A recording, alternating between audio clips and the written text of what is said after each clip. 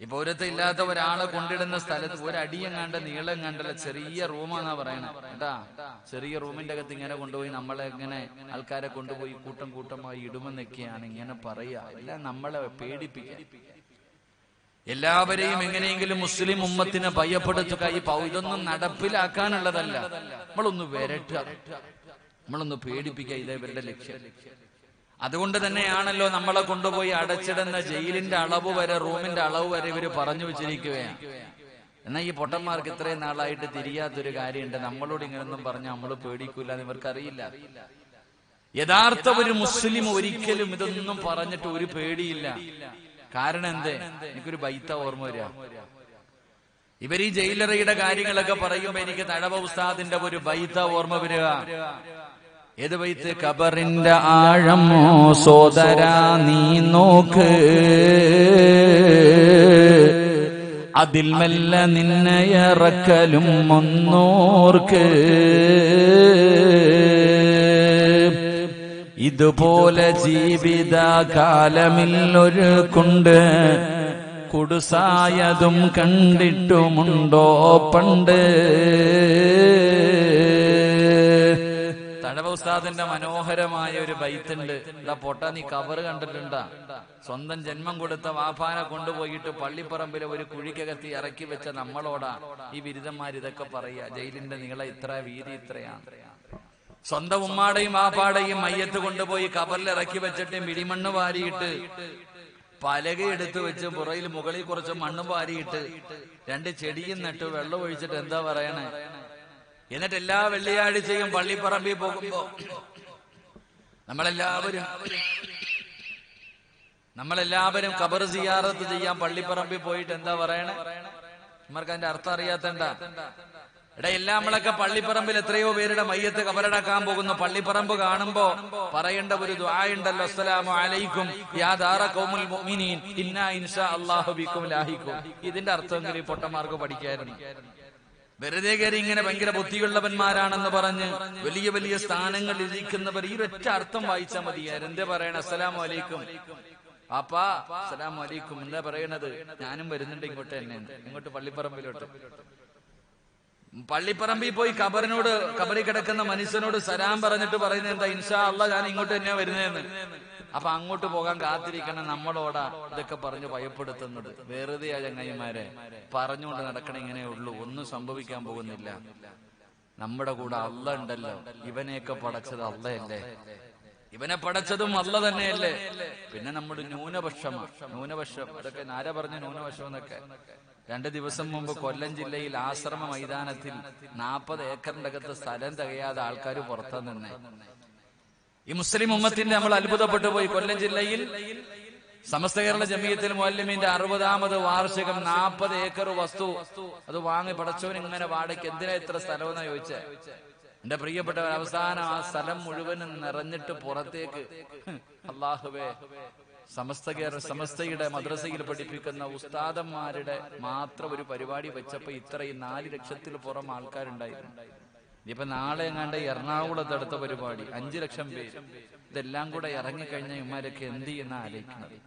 അപ്പൊ അതുകൊണ്ട് അല്ല നമ്മുടെ കൂടെയുണ്ട്. ന്യൂനപക്ഷമേ ഇന്ന് വരെ വിജയിച്ചിട്ടുള്ളൂ, ഭൂരിപക്ഷമല്ല. എന്റെ പ്രിയപ്പെട്ടവരെ, ഓരോ പ്രവാചകന്മാരുടെ ചരിത്രം എടുത്തു നോക്ക്. 313 സ്വഹാബത്ത് ബദറിന്റെ രണാങ്കണത്തിൽ പോകുമ്പോ ആയുധവോ ബലവോ ആധാറോ പാൻ കാർഡോ ഒന്നും ഇല്ലായിരുന്നു. 313 പേരങ്ങോട്ട് ഇറങ്ങിപ്പോയി. 1000-ൽ പരം വരുന്ന ശത്രുക്കൾ പടച്ചവനെ നല്ല ആയുധമൊക്കെ പിടിച്ചിട്ട് എവിടെ പോയില്ല. അതുകൊണ്ട് സഹോദരങ്ങളെ, അല്ല നമ്മുടെ കൂടെയുണ്ട്. ആ ഒരൊറ്റ നമ്മളെ കൊണ്ട് കഴിയുന്നത് നമ്മുടെ ഈമാൻ ഉറപ്പിക്കാൻ നോക്കുക. കിട്ടുന്ന അവസരം പാഴാക്കരുത്. 10-30 എണ്ണം പോയി രക്ഷപ്പെട്ട്. എന്റെ പ്രിയപ്പെട്ടവരെ, 10-32ഓളം പേര് ഇന്ത്യ മഹാരാജ്യത്തിൽ നിന്ന് രക്ഷപ്പെട്ട് സ്വർഗത്തിൽ പോയി. നമ്മളൊക്കെ ഇങ്ങനെ നടക്കാം. അതുകൊണ്ട് അതൊക്കെ കളഞ്ഞിട്ട് അവനവന്റെ ആക്കിബത്ത് നന്നാക്കാൻ വേണ്ടി പരിശ്രമിക്കുക. അള്ളാഹു അവൻ ഇഷ്ടപ്പെട്ട അടിമകളിൽ അള്ളാഹു നമ്മളെ ഉൾപ്പെടുത്തി അനുഗ്രഹിക്കുമാറാകട്ടെ. ഇതിപ്പോ ഞാൻ പറഞ്ഞ ഇഷ്ടപ്പെട്ടില്ലേ? ഞാൻ പറഞ്ഞത് ഉള്ള കാര്യങ്ങളാണ് ഞാൻ പറയുന്നത്. അതുകൊണ്ട് ഇൻഷാ അല്ലാഹ് 1951 പ്രമാണത്തിന്റെ പേപ്പറും പറക്കി ദാതാമാര് നടക്കാൻ തുടങ്ങി. എന്താ പറയാ, സങ്കടതപ്പാ.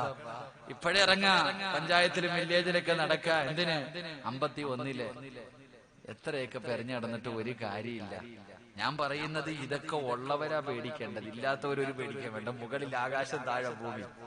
എന്നെ സംബന്ധിച്ചിടത്തോളം എനിക്കൊന്നുമില്ല, മുകളിൽ ആകാശം, താഴെ ഭൂമി. എങ്ങിട്ട് പോയാലും ഒറ്റ ആഗ്രഹമുള്ളൂ, ഈ ലോകത്ത് നിന്ന് പോകുമ്പോ ഈമാനോടുകൂടി പോകണം.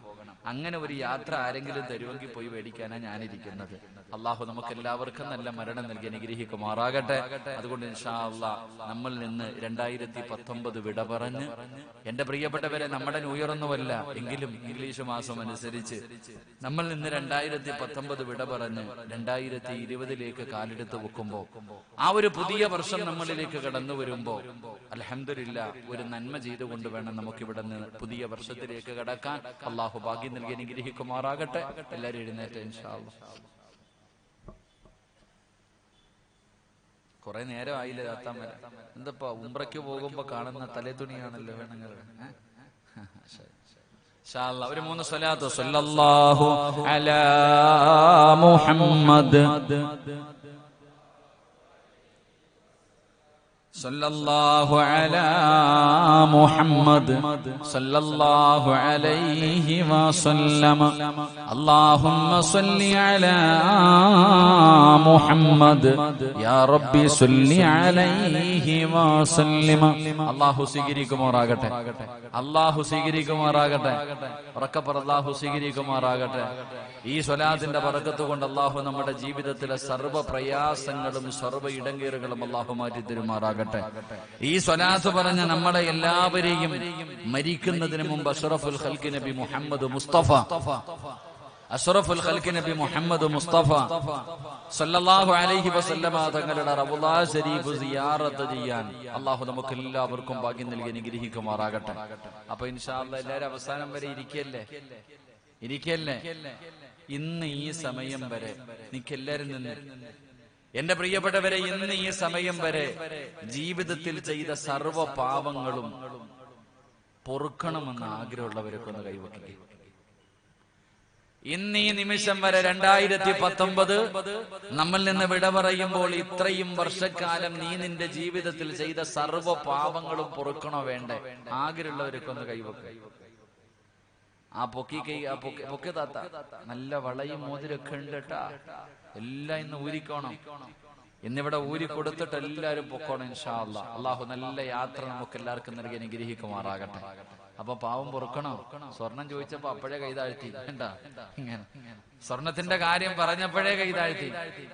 എന്റെ പ്രിയപ്പെട്ടവരെ, നമ്മുടെ ജീവിതത്തിൽ ചെയ്ത എല്ലാ പാപങ്ങളും അള്ളാഹു പുറത്തു തരണമെന്ന് നിങ്ങൾക്ക് ആഗ്രഹം ഉണ്ടെങ്കിൽ ഞാൻ ഒരൊറ്റ ആയത്ത് പറഞ്ഞു തരാം.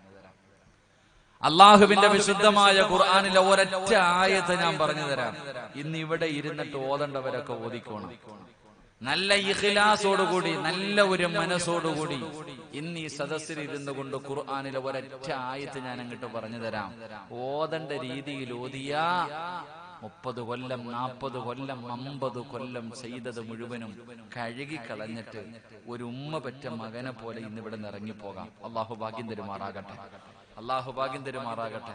എന്താ ഓതിക്കൂടെ ഇൻഷാ അല്ലാഹ് പറ. റോഡിൽ കൂടെ മറ്റേ പൗരത്വ ബില്ലിനെതിരെ വിളിക്കണേക്കാളും നല്ല ശബ്ദത്തിൽ പറ ഇൻഷാ അല്ലാഹ്, ഇൻഷാ അല്ലാഹ്. അപ്പൊ അവിടെ 11:30 വരെ എല്ലാവരും ആ പുറത്തൊക്കെ നിൽക്കുന്ന ആൾക്കാർ പറ്റുമെങ്കിൽ കയറി സ്വർഗത്തിലിരുന്നു. അടുത്ത കൊല്ലം ഇനി സമയം കിട്ടണമെന്നില്ലല്ലോ, എവിടാന്നറിയില്ല. അതുകൊണ്ട് ആ പച്ച ഉടുപ്പൊക്കെ ഇട്ട വിക്കായുടെ പിള്ളേരെല്ലാം ഇവിടുത്തെ ഇരിക്കട മക്കളെ എല്ലാവരും എല്ലാവരും ഇരുന്നു. എന്റെ പ്രിയമുള്ള സഹോദരങ്ങളെ, സഹോദരിമാരെ, മഹാനായ നബി മുഹമ്മദ് മുസ്തഫ, ഉറക്കപ്പറ മഹാനായ നബി മുഹമ്മദ് മുസ്തഫ സല്ലല്ലാഹു അലൈഹി വസല്ലമ തങ്ങളുടെ മുത്തുനബി എവിടെ നിന്ന് പറഞ്ഞു തരികയാ, നാളെ പടച്ച റബ്ബിന്റെ പരലോകത്ത് നമ്മൾ എല്ലാവരും ഇങ്ങനെ ഒരുമിച്ച് കൂടും. അള്ളാഹുവിന്റെ കോടതിയിലെ ജനങ്ങളെ മുഴുവനും ആദം നബി അലൈഹിസ്സലാം മുതലുള്ള ആദം നബി മുതൽ അഷ്റഫുൽ ഖൽഖായ തങ്ങൾ വരെയുള്ള 1,24,000 പരം വരുന്ന പ്രവാചകന്മാര്, അംബിയാ, മുർസലീങ്ങൾ, അവരുടെ അനുയായികൾ എല്ലാവരും നാളെ പടച്ചുറപ്പിന്റെ പരലോകത്തെ ഇസ്രാഫീൽ എന്ന് പറയുന്ന മലക്ക് സൂറന്ന കാഹളത്തിലൂതുമ്പോൾ ആ ഇസ്രാഫീൽ എന്ന് പറയുന്ന മലക്ക് സൂറെന്ന കാഹളത്തിൽ ഊതുമ്പോൾ, ആദ്യമായിട്ട് ഊതുമ്പോഴാണ് ഈ പ്രപഞ്ചം മുഴുവനും തകർന്ന് തരിപ്പണമാകുന്നത്. നിങ്ങൾ രണ്ടുപേരും എന്തിനാ മക്കളെ നിൽക്കണേ? ഇരിക്കട, നീ ഇരിക്കണോ? നിങ്ങൾ അവിടെ ഇരുന്നോ? ബക്കറ്റ് പിരിവില്ലേ? അജിന് പോയ ആളല്ലേ? പോയിട്ടുണ്ട്. ബക്കറ്റ് പിരിവില്ലേ? അവസാനം ആദ്യ ഇപ്പൊ ആദ്യം അവസാന ഇടയിൽ വേണ്ടെന്ന് വിചാരിച്ചിട്ടാ. അവസാനം അല്ലേ നല്ലത്? എനിക്ക് അവസാനം എടുക്കുന്നതിനോട് ആഗ്രഹം, സംഘാടകർക്ക് ആദ്യം എടുക്കുന്നതല്ല. കാരണം ആദ്യം നന്നാകലല്ല, അവസാനം നന്നാകുമ്പോഴാ സ്വർഗം. അപ്പോ ഒരു നല്ല കാര്യം ചെയ്യാൻ ഇൻഷാ അല്ലാഹ് അവസാനം എടുത്താൽ മതി. അവിടെ ഇരിക്കട്ടെ സംഘാടകർ. നിങ്ങൾക്ക് ഡേറ്റ് വയ്ക്കാൻ വേണ്ടി തെക്ക് വടക്ക് നടന്ന മനുഷ്യർ കയറി അവിടെ ഇരിക്കും ഇൻഷാ അല്ലാഹ്. അൽഹംദുലില്ലാഹ്, അല്ലാഹു ആഫിയത്ത് കൊടുക്കുമാറാകട്ടെ. എന്റെ പ്രിയമുള്ളവരെ, ഇസ്രാഫീൽ എന്ന് പറയുന്ന മലക്ക് സൂറെന്ന കാഹളത്തിൽ ഊതുമ്പോൾ ഈ പ്രപഞ്ചത്തിലുള്ള സർവ്വചരാചരങ്ങളും തകർന്ന് തരിപ്പണമായി, എല്ലാവരും നശിച്ചുപോയി. രണ്ടാമത് അല്ലാഹു സുബ്ഹാനഹു വ തആല ഒന്നുകൂടെ ഊതാൻ പറയും.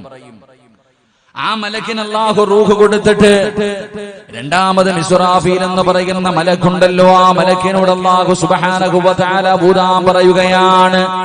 ഇസ്രാഫീൽ എന്ന് പറയുന്ന മലക്ക് സൂറെന്ന കാഹളത്തിൽ ഊതുമ്പോൾ മണ്ണിന്റെ അടിയിൽ കിടക്കുന്നവർ മുഴുവനും എഴുന്നേറ്റ് വരികയാണ്. അല്ലാഹുവേ പടച്ചവനെ, ഈ ഭൂമിയുടെ മടിത്തട്ടിൽ കിടക്കുന്ന എല്ലാവരും എഴുന്നേറ്റ് വരികയാണ്. സർവ്വചരാചരങ്ങളും എഴുന്നേറ്റ് വരികയാണ്. പടച്ചവനെ, ചെട്ടിപ്പതായി നാട്ടിലെ പള്ളിയുടെ ഖബർസ്ഥാനുണ്ടല്ലോ, ആ ഖബർസ്ഥാനിൽ നിന്ന് ജനങ്ങൾ മുഴുവനും എഴുന്നേറ്റ് വരികയാ. കൊണ്ടുപോയി ഖബറടക്കിയത് എങ്ങനെയാണ്? നല്ലതുപോലെ കുളിപ്പിച്ചു, പടച്ചവനെ അതാ വുളുവെടുപ്പിച്ചു, സുഗന്ധങ്ങൾ തേച്ചു, വെള്ള തുണിയിൽ പൊതിഞ്ഞു. എന്നിട്ട് എല്ലാവരും കൂടെ പടച്ചവനെ ഇവിടത്തെ പള്ളിപ്പറമ്പിൽ എന്നെയും നിങ്ങളെയും കൊണ്ടുപോയി ഖബറടക്കുകയാണ്. മനോഹരമായ രീതിയിൽ മനുഷ്യന്റെ കോലത്തിലാണ് ഖബറിന്റെ അകത്ത് കൊണ്ടുപോയി അടക്കിയത്. എങ്കിലും നാളെ പടച്ചറപ്പിന്റെ പരലോകത്തേക്ക് ഇസ്രാഫീൽ എന്ന് പറയുന്ന മലക്ക് രണ്ടാമത് മോതുമ്പോൾ ഖബറിന്റെ അകത്ത് നിന്ന് ജനങ്ങൾ എഴുന്നേറ്റ് വരികയാ. മനുഷ്യന്റെ രൂപത്തിലല്ല, പല പല വ്യത്യസ്തമായ രൂപങ്ങളിലാണ് എഴുന്നേറ്റ് വരുന്നത്. അല്ലാഹുവിന്റെ പ്രവാചകൻ അവിടുന്ന് തന്റെ സ്വഹാബത്തിനോട് പറയുകയാണ്, 41 വിഭാഗത്തിലാണ് ജനങ്ങൾ എഴുന്നേറ്റ് വരുന്നത്. പട്ടിയുടെ കോലത്തില്, പന്നിയുടെ കോലത്തില്, കഴുതയുടെ രൂപത്തില്, പേപ്പട്ടിയെ പോലെ നാക്കിങ്ങനെ നീട്ടിക്കൊണ്ടുവരുന്നവർ, മുഖത്തു മാംസമില്ലാത്തവർ, കുഷ്ഠരോഗിയെ പോലെ വരുന്നവർ, നടന്നു വരുന്നവർ, ഇഴഞ്ഞു വരുന്നവർ, പടച്ചവനെ ഉഹദ് മലയോളം വലിപ്പമുള്ള വയറ് വലിച്ചു കൊണ്ടുവരുന്നവർ, പിന്താരങ്ങളിൽ വലിയ വലിയ കൊടികൾ കുത്തികൊച്ചു കൊണ്ടുവരുന്നവർ, ഇതുപോലെ പല വിഭാഗങ്ങളിലാണ് ജനങ്ങൾ ഖബറിന്റെ അകത്ത് നിന്ന് എഴുന്നേറ്റ് വരുന്നത്. എന്റെ പ്രിയമുള്ള സഹോദരാ, ഉമ്മ പ്രസവിച്ചിട്ടതുപോലെ ചേലാകർമ്മം ചെയ്തിട്ടില്ല. പടച്ചവനെ, ഒരാൾക്കും ഉടുതുണിയില്ല. നഗ്നരായിട്ട് പേടിച്ച് വിറച്ചുകൊണ്ട് പടച്ചവനെ, ആരാണ് എന്നെ വിളിച്ചുണർത്തിയത് എന്ന് പേടിച്ച് വിറച്ചുകൊണ്ട് ജനങ്ങൾ മുഴുവനും എഴുന്നേറ്റ് വരികയാണ്. നഗ്നരായി നടന്നു പോവുകയാണ്. അല്ലാഹു അനുവാദം കൊടുത്തവനല്ലാതെ ഒരുത്തനും തല ഉയർത്തില്ല. ഒരാളും നാളെ പടച്ചറപ്പിന്റെ പരലോകത്തില് അല്ലാഹു അനുവാദം കൊടുത്തവനല്ലാതെ സംസാരിക്കില്ല. ഒരു മനുഷ്യനും തല ഉയർത്തില്ല. പടച്ചവനെ പേടിച്ച് വിറച്ചുകൊണ്ട് ഇങ്ങനെ അതാ ആട്ടും കൂട്ടങ്ങളെ നയിച്ചു കൊണ്ടുവരുന്നത് പോലെ അതാ ഖബറിൽ നിന്ന് എഴുന്നേൽക്കുന്നവരെ മലക്കുകൾ ഇങ്ങനെ നയിച്ചു കൊണ്ടുപോവുകയാണ്. റബ്ബേ, ചെമ്പിന്റെ തറയിലാണ് ചെറുപ്പക്കാരാ, എല്ലാവരും ചെമ്പിന്റെ തറയിലാണ്. പടച്ചവനെ, ചെരുപ്പില്ല, വസ്ത്രമില്ല, ചെരുപ്പിന്റെ തറയിലാ, ചെമ്പിന്റെ തറയിലാണ് നിൽക്കുന്നത്. പടച്ചവനെ, 15 ലക്ഷത്തോളം വരുന്ന കിലോമീറ്ററുകളിൽ മുകളിൽ നിൽക്കുന്ന സൂര്യനുണ്ടല്ലോ, ആ ഉച്ച സമയത്ത്, ഇന്ന് ഉച്ച സമയത്ത് ഉദിച്ചു നിന്ന സൂര്യന്റെ ചൂടുണ്ടല്ലോ, ഈ പാതിരാത്രി 10 മണിക്ക് ഇവിടെ ഇരുന്നിട്ട് പോലും നിന്റെ ശരീരം വിയർക്കുകയാ. നമ്മളെ കൊണ്ട് സഹിക്കാൻ കഴിയുന്നില്ല. എങ്കിലും നാളെ പടച്ചുറപ്പിന്റെ പരലോകത്ത് ചെമ്പിന്റെ തറയിൽ നിൽക്കുമ്പോ ഈ സൂര്യൻ ഒരു ചാണ് മുകളിൽ ഇങ്ങനെ തലയുടെ മുകളിൽ വന്ന് നിൽക്കുകയാണ്. ഒരേ ഒരു ചാണ് മുകളില് അല്ലാഹുവിന്റെ സൂര്യൻ ഇങ്ങനെ ഉദിച്ചു നിൽക്കുകയാണ്. റബ്ബേ, അതാ നമ്മുടെ ശരീരം, നമ്മുടെ തലച്ചോറുണ്ടല്ലോ, അതിങ്ങനെ ഉരുകുകയാണ്. നമ്മുടെ തലയുണ്ടല്ലോ, തലച്ചോറുണ്ടല്ലോ, ചിലരുടെ തലച്ചോറുകൾ അവരുടെ മുഖത്തുകൂടെ ഇങ്ങനെ ഒലിച്ചിറങ്ങുകയാ. അല്ലാഹുവേ, വിയർപ്പിങ്ങനെ ഒഴുകി ഒഴുകിയതാ ഭൂമിയിലേക്ക് താഴുന്നില്ല. ചെമ്പിന്റെ തറയായത് കാരണം പടച്ചവനെ, വെള്ളം ഇങ്ങനെ അവന്റെ മുകളിലേക്ക്, അവന്റെ ശരീരത്തിൽ നിന്ന് വീഴുന്ന വെള്ളം അവന്റെ കാലിന്റെ ചുവട്ടിൽ കെട്ടിക്കിടക്കുകയാണ്. അല്ലാഹുവേ, മുട്ടുവരെ, അരവരെ, നെഞ്ചുവരെ, കഴുത്ത് വരെ ജനങ്ങളിങ്ങനെ വിയർപ്പിന്റെ അകത്ത് മുങ്ങി താഴുകയാണ്. എല്ലാവരും ഇങ്ങനെ പടച്ചുറപ്പിന്റെ കോടതിയില് ഭയന്ന് വിറച്ചുകൊണ്ട് നിൽക്കുമ്പോ അല്ലാഹുവിന്റെ പ്രവാചകൻ അവിടെന്ന് പറഞ്ഞു, സ്വഹാബാ, എല്ലാവരും അല്ലാഹുവിന്റെ കോടതിയിൽ ഇങ്ങനെ നിൽക്കുമ്പോ അതാ ഒരു സിംഹാസനം മലക്കുകൾ കൊണ്ടുവരികയാണ്. ഒരു മനോഹരമായ സിംഹാസനമുണ്ടല്ലോ. അല്ലാഹുവേ, എല്ലാവരും കണ്ണുകള്, എല്ലാവരും ആ കാണുന്ന സിംഹാസനം കാണുമ്പോ ജനങ്ങളുടെ മുഖമങ്ങ് വല്ലാതെ അത്ഭുതപ്പെടുകയാണ്. മനോഹരമായ ഒരു സിംഹാസനമുണ്ടല്ലോ, അതാ കൊണ്ടുവന്ന് വെക്കുകയാണ്. പടച്ചവരെ, എല്ലാവരും അത്ഭുതത്തോടെ നോക്കുകയാണ്. അവിടെ നിന്ന് ചോദിക്കുന്നു, ആ സിംഹാസനം ആർക്കുള്ളതാണോ? പ്രവാചകന്മാർക്കുള്ളതാണോ? അല്ലാഹുവിന്റെ പ്രവാചകൻ അവിടെ നിന്ന് പറയുകയാ. അതാ സ്വഹാബത്ത് ചോദിക്കുന്നു, നബിയേ, ഈ കാണുന്ന സിംഹാസനം പ്രവാചകന്മാർക്കുള്ളതാണോ? എല്ലാവരും അത്ഭുതപ്പെട്ടു പോവുകയാണ്. എല്ലാവരും ആ സിംഹാസനം ആരുടേതാണെന്നറിയാറ് അവിടെ നിന്ന് ചോദിക്കുമ്പോ വിളിച്ചു പറയുന്നു, ഇത് പ്രവാചകന്മാർക്കുള്ളതല്ല. ഈ സിംഹാസനത്തിന്റെ അവകാശി പ്രവാചകന്മാരല്ല, ശുഹദാക്കളാണോ നബിയേ? അല്ലാഹുവിന്റെ ദീനിന് വേണ്ടി പോരാടി വീരമൃത്യം വരിച്ച ബദറിലും ഉഹദിലും ഹൻദക്കിലും ഖൈബറിലും തബൂക്കിലും യർമൂക്കിലും പടച്ചവനെ അല്ലാഹു കൊടുത്ത ജീവിതം അല്ലാഹു തിരിച്ചു കൊടുത്ത ശുഹദാക്കളുണ്ടല്ലോ, അവർക്കുള്ളതാണോ നബിയേ? ഇല്ല സ്വഹാബാ. പിന്നെ ആർക്കുള്ളതാ നബിയേ? നാളെ പടച്ചറപ്പിന്റെ പരലോകത്ത് അള്ളാന്റെ കോടതിയില് കൊണ്ടുവച്ചിരിക്കുന്ന സിംഹാസനത്തിന്റെ ഉടമ ആരെന്നറിയുവോ? അത് കാണുമ്പോ എല്ലാവരും കൊതിച്ചു പോവുകയാണ്. എനിക്ക് അല്ലാഹു അത് നൽകിയിരുന്നെങ്കിലോ, അതിന്റെ അവകാശി ഞാനായിരുന്നെങ്കിലോ. എല്ലാവരും അത്ഭുതപ്പെട്ടു പോകുന്ന മനോഹരമായ ഒരു സിംഹാസനമുണ്ടല്ലോ, അതാർക്കെന്നറിയുമോ? അതിന്റെ അവകാശിയാണെന്നറിയുമോ? അല്ലാഹുവിന്റെ പ്രവാചകൻ അവിടെ പറഞ്ഞു തരികയാ. ഡിസംബർ 31 അവസാന ദിവസത്തില് അതാ ഒരു വർഷക്കാലം നമ്മൾ നിന്ന് വിട പറയാ പോകാൻ ഇനി മണിക്കൂറുകൾ മാത്രം ബാക്കി നിൽക്കുമ്പോ ദുനിയാവിലെ സ്വർഗത്തിന് നന്മ കേൾക്കാമെന്നവരെ മുത്തുനബിയോട് സ്വഹാബത്ത് ചോദിക്കുന്നു, നബിയേ, യാ റസൂലല്ലാഹ്, അല്ലാഹുവിന്റെ റസൂലേ, അതാർക്കുള്ളതാ നബിയേ? അതാർക്കുള്ളതാ നബിയേ? അല്ലാഹുവിന്റെ പ്രവാചകൻ അവിടെ നിന്ന് പറയുന്നു, സ്വഹാബാ, അൽ മുതഹാബൂന ഫില്ലാഹ്. ആ സിംഹാസനം ആർക്കുള്ളതാണെന്നറിയുമോ? അല്ലാഹുവിന് വേണ്ടി സ്നേഹിച്ച, അല്ലാഹുവിന് വേണ്ടി സ്നേഹിച്ച രണ്ട് കൂട്ടുകാർക്കുള്ള പ്രതിഫലമാണെന്ന് ആദരവായ പ്രവാചകൻ നബി മുഹമ്മദ് മുസ്തഫ. ആദരവായ പ്രവാചകൻ നബി മുഹമ്മദ് മുസ്തഫ. ആദരവായ പ്രവാചകൻ നബി മുഹമ്മദ് മുസ്തഫ സല്ലല്ലാഹു അലൈഹി വസല്ലമ തങ്ങൾ പറയുകയാ, നാളെ ഒരു സിംഹാസനം പരലോകത്ത് കൊണ്ടുവരും. അല്ലാഹുവേ, പടച്ചവനെ കാണുമ്പോ കൊതി തോന്നും. എല്ലാവരും ഇങ്ങനെ ഒരു സിംഹാസനം, മനോഹരമായ ഒരു സിംഹാസനം. നബിയെ, പ്രവാചകന്മാർക്കുള്ളതാണോ? അല്ല. ശുഹദാക്കൾക്കുള്ളതാണോ? അല്ല. പിന്നെ ആർക്കുള്ളതാ നബിയെ? എല്ലാവരും അതിനകത്തേക്ക് പോയിരിക്കാൻ ആഗ്രഹിക്കും. ആ സിംഹാസനത്തിൽ അള്ളാഹു അതിന്റെ അവകാശികളായി തെരഞ്ഞെടുക്കുന്നത് ആരെയെന്നറിയുമോ? അള്ളാഹിക്ക് വേണ്ടി സ്നേഹിച്ച 2 കൂട്ടുകാർ അള്ളാഹു അവർക്ക് കൊടുക്കുമെന്ന് നബിയുനാ റസൂലുള്ളാഹി. ഉറക്ക നബിയുനാ റസൂലുള്ളാഹി. അള്ളാഹുവിന് വേണ്ടി സ്നേഹിച്ച 2 കൂട്ടുകാർക്കുള്ളതാണ് ആ സിംഹാസനം. അള്ളാഹു അത് നമുക്ക് നൽകി അനുഗ്രഹിക്കുമാറാകട്ടെ. അതുകൊണ്ട് ഡിസംബർ 31 നമ്മളിൽ നിന്ന് വിട പറയുമ്പോൾ അള്ളാഹുവിന്റെ പരലോകത്ത് പടച്ച റബ്ബ് കൊണ്ടിടുന്ന ആ സിംഹാസനത്തിലിരിക്കാൻ എനിക്കും ആഗ്രഹമുണ്ട്. അതുകൊണ്ട് ഇന്ന് എന്റെ കൂട്ടുകാരോട്, എന്റെ സഹോദരിമാരോട്, എന്റെ പ്രിയപ്പെട്ടവരെ, ഇന്ന് ഞാനൊരു കൂട്ടുകാരനെ പോലെ നിങ്ങളോട് വഅദ് പറയുകയാണ്. ഞാനൊരു കൂട്ടുകാരനാകണം. ഇന്നത്തെ ഈ രാത്രിയിൽ എന്റെ വഅദ് കേട്ടിട്ട് ഒരാളെങ്കിലും നേരെയായ, എന്റെ കയ്യിലൊന്നുമില്ല, അവൻ എന്റെ കയ്യിൽ ചെയ്തു വെച്ചിരിക്കുന്ന അമലുകൾ കൊണ്ട് എനിക്ക് സ്വർഗത്തിൽ പോകാൻ പറ്റൂല, പക്ഷെ ഈ പറയുന്നത് കേട്ടിട്ട് ഒരാളെങ്കിലും നന്നായ അവന്റെ കയ്യിലെങ്കിലും പിടിച്ചു പോകാൻ അള്ളാഹു നമുക്കൊക്കെ ഭാഗ്യം നൽകി അനുഗ്രഹിക്കുമാറാകട്ടെ. എന്റെ പ്രിയമുള്ള സഹോദരങ്ങൾ, അതുകൊണ്ട് മുത്തുനബി പറയുകയാ, അള്ളാഹുവിന് വേണ്ടി സ്നേഹിക്ക്, അള്ളാഹിന് വേണ്ടി സ്നേഹിക്ക്, അവർക്ക് നാളെ ഈ സിംഹാസനത്തിൽ ഇരിക്കാം. അള്ളാഹു ഭാഗ്യം നൽകി അനുഗ്രഹിക്കുമാറാകട്ടെ. അതുകൊണ്ട് എന്റെ കൂട്ടുകാരോട് ഒരു നല്ല കൂട്ടുകാരനെ പരിചയപ്പെടുത്താനാ ഞാൻ വന്നേ. നിങ്ങൾക്കൊക്കെ പഠിക്കാൻ, നിങ്ങൾക്കൊക്കെ പാഠമാക്കാൻ ഒരു നല്ല കൂട്ടുകാരനെ ഞാൻ പറഞ്ഞു തരാം. മഹാനായ ആദരവായ പ്രവാചകൻ നബി മുഹമ്മദ് മുസ്തഫ ഒരു നല്ലൊരു കൂട്ടുകാരനെ പറഞ്ഞു തന്നിട്ട് ഞാൻ പോകാം. ഒരു നല്ല കൂട്ടുകാരൻ, ആ കൂട്ടുകാരനെ നിങ്ങൾക്ക് പരിചയപ്പെടുത്തി എനിക്കും നിങ്ങൾക്കും കൂടെ കൂട്ടാൻ അള്ളാഹു ഭാഗ്യം നൽകി അനുഗ്രഹിക്കുമാറാകട്ടെ. എന്റെ പ്രിയമുള്ള സഹോദരങ്ങളെ, മഹാനായി നബി മുഹമ്മദ് മുസ്തഫ സല്ലല്ലാഹു അലൈഹി വസല്ലമ തങ്ങൾ അവിടെ നിന്ന് പറഞ്ഞു തരുന്നുണ്ട്. മുത്തുനബി അവിടെ നിന്ന് പറഞ്ഞു തരുന്നു. ചരിത്രത്തിൽ നമുക്ക് കാണാം.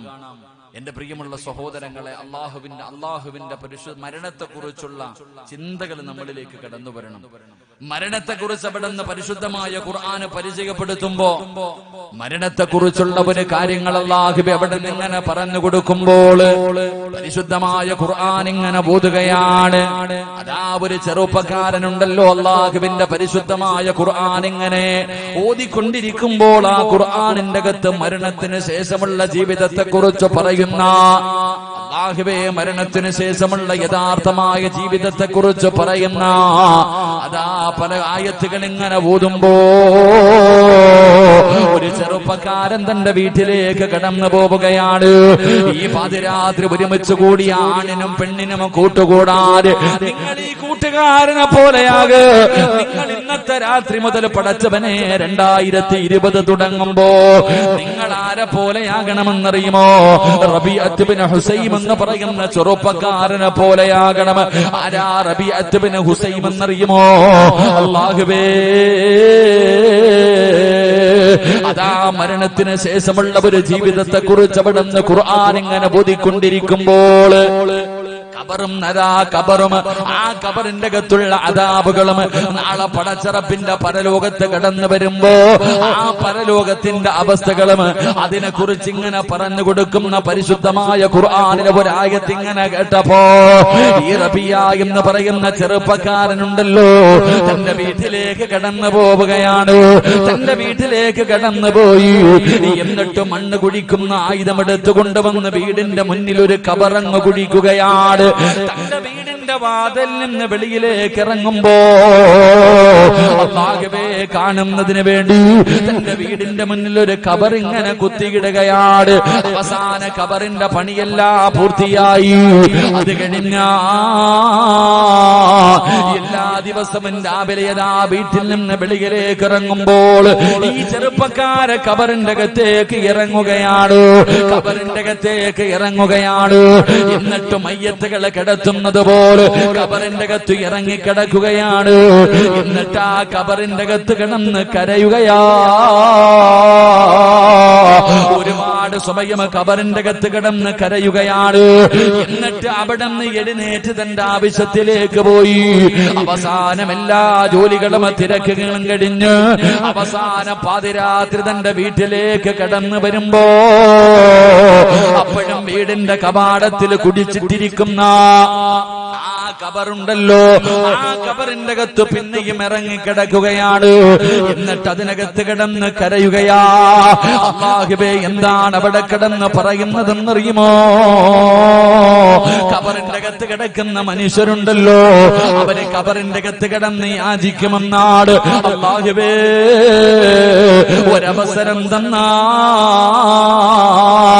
പടച്ചവനെ ഒരു ചാൻസ് കൂടെ തന്നാൽ, റബ്ബേ ഞാൻ ഒരുപാട് നല്ല കാര്യങ്ങൾ ചെയ്യാ എന്ന് കബറിന്റെ അകത്ത് കിടന്ന് അതാ കബറാളികളെ യാചിക്കുന്നത് പോലെ ഈ ചെറുപ്പക്കാരൻ വീടിന്റെ മുന്നിൽ കുടിച്ചിട്ടിരിക്കുന്ന കബറുണ്ടല്ലോ, ആ കബറിന്റെ അകത്ത് ഇറങ്ങിക്കിടന്നിട്ട് മയ്യത്ത് വിളിച്ചു പറയുന്നത് പോലെ പറയുന്നു, അല്ലാ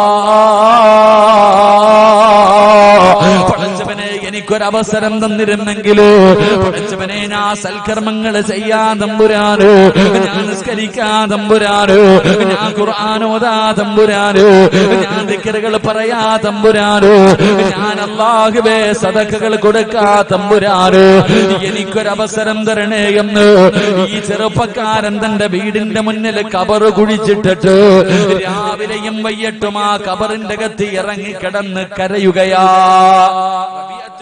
എന്ന് പറയുന്ന ഈ ചെറുപ്പക്കാരൻ മരണത്തിനെ കുറിച്ച്, കബറിന്റെ ജീവിതത്തെ കുറിച്ച് ഖുർആൻ പറഞ്ഞ ഒരു ആയത്തിങ്ങനെ ഓതിയിട്ട് നേരെ വീടിന്റെ മുന്നിൽ വന്നൊരു കബർ കുടിച്ചു. എന്നിട്ട് രാവിലെയും വൈകിട്ട് ഈ കബറിന്റെ അകത്ത് അങ്ങോട്ട് കിടക്കും.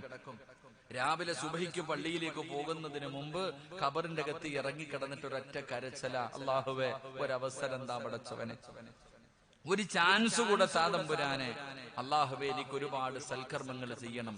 ഖബറിന്റെ അകത്ത് കിടന്നിട്ട് ഖബറാളികൾ ചോദിക്കുന്ന കാര്യമാണ്. ഈ ചെറുപ്പക്കാരിത് ഖബറിന്റെ അകത്ത് കിടന്ന് പറയും, എന്നിട്ട് വെളിയിലേക്ക് പോകും. അല്ലാഹു അപ്പൊ ഇബാദത്തുകൾ ചെയ്യാനുള്ള ഒരു ഈമാൻ ഉണ്ടാകും. ഇബാദത്തുകളൊക്കെ ചെയ്ത് അവസാനം വൈകുന്നേരം വീട്ടിലേക്ക് കിടക്കാൻ വരുമ്പോ അപ്പോഴും ഖബറിന്റെ അകത്ത് ഇറങ്ങി കിടക്കും. അപ്പോഴും കരയും, അല്ലാഹുവേ ഒരവസരം താ, പാതിരാത്രി ഇബാദത്ത് ചെയ്യാനുള്ള മനസ്സുണ്ടാകും. എന്റെ പ്രിയപ്പെട്ടവരെ, ഈ ചെറുപ്പക്കാരൻ ഒരു സാധാരണ ചെറുപ്പക്കാരനല്ല, താബിഈങ്ങളിൽപ്പെട്ട ഒരു ചെറുപ്പക്കാരനാണ് ഈ ചെറുപ്പക്കാരൻ. ഈ ചെറുപ്പക്കാരനെ മഹാനായ അഷ്റഫുൽ